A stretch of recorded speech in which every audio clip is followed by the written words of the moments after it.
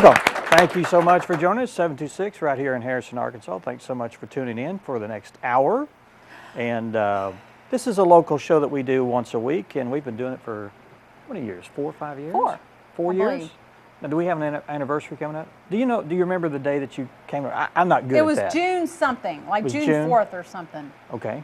And I said, oh, I'll do one of them. I don't know if I have time. Well, you had a previous commitment with the book club or something like that?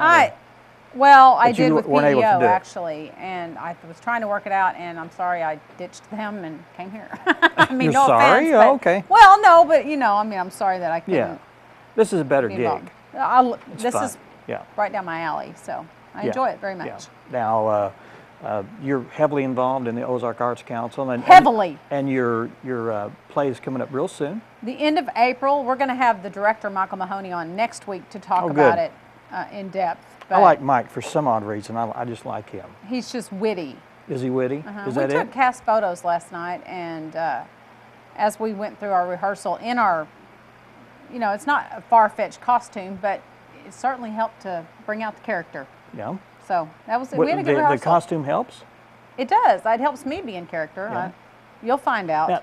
Now, do you find yourself, when you do all these roles, do you, when you read into the character, do you try to make that character different than what you've played before, or depending on what how the character allows. Some actors I've seen, they play the same part for everything. I think that Mahoney cast me in this because Mariette is a lot like me. Okay. Kind of witty. So it's not a stretch for you. No, it's parts of it are, but no, not I see me come into it. Now he's directing this. Mm-hmm. Does he offer any suggestions on how you should direct your character? Yes, he does, which is very helpful. Okay, all right. And he always says, go over the top and then I can bring you down, which is a whole lot easier than trying to draw stuff out of a Go over the top, which is not a stretch for you at all. You have to come see it because, it's quite comical, actually. Will I be surprised? That's why I don't want to say too much. Over-the-top things that you yes. are going to... Well, I think you'll be surprised. Okay. Yeah. Now, who else is in the play? Let's talk about this next week. Okay.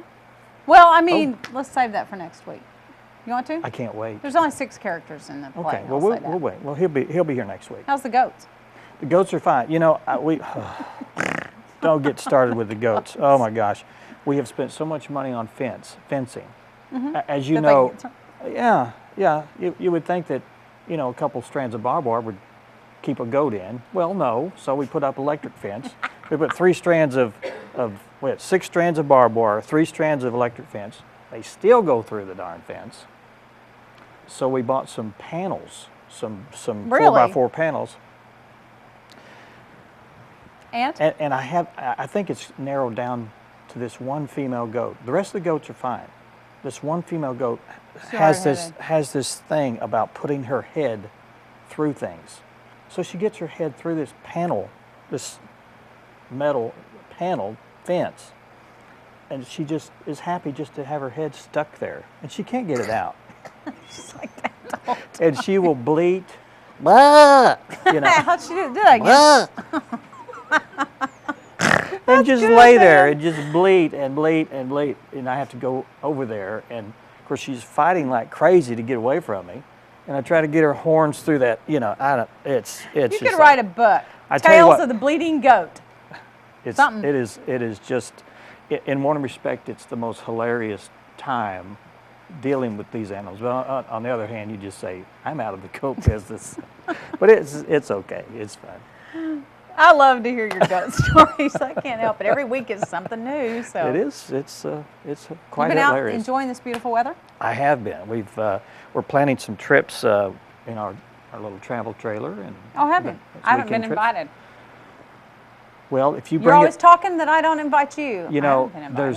We've got a 21-foot travel trailer. So we could just bunk with you? No, you can bring a tent and you can pump it up.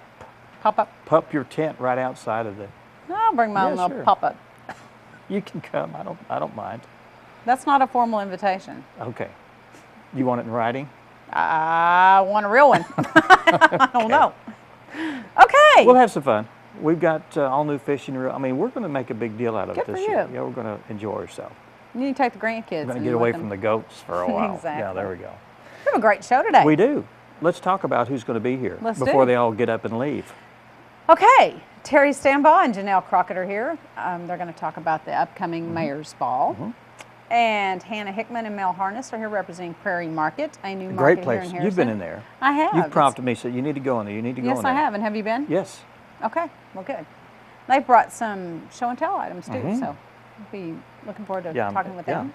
Lou Fowler is here with the Rock Bottom Chuck Wagon Race. She's been here 2 years in a row, so we're glad to have her return and talk about the Chuck Wagon Race. And Sammy Bernard and Robin Phillips are here to talk about a special event coming up called Secret Keeper Girl. What is that? They're going to tell us. I want to know now. I'm sorry, you can't do it because it's a secret. Okay, so we are going to go to break, and when we come back, we will be visiting with Terry Stambaugh and Janelle Crockett. Stay with us.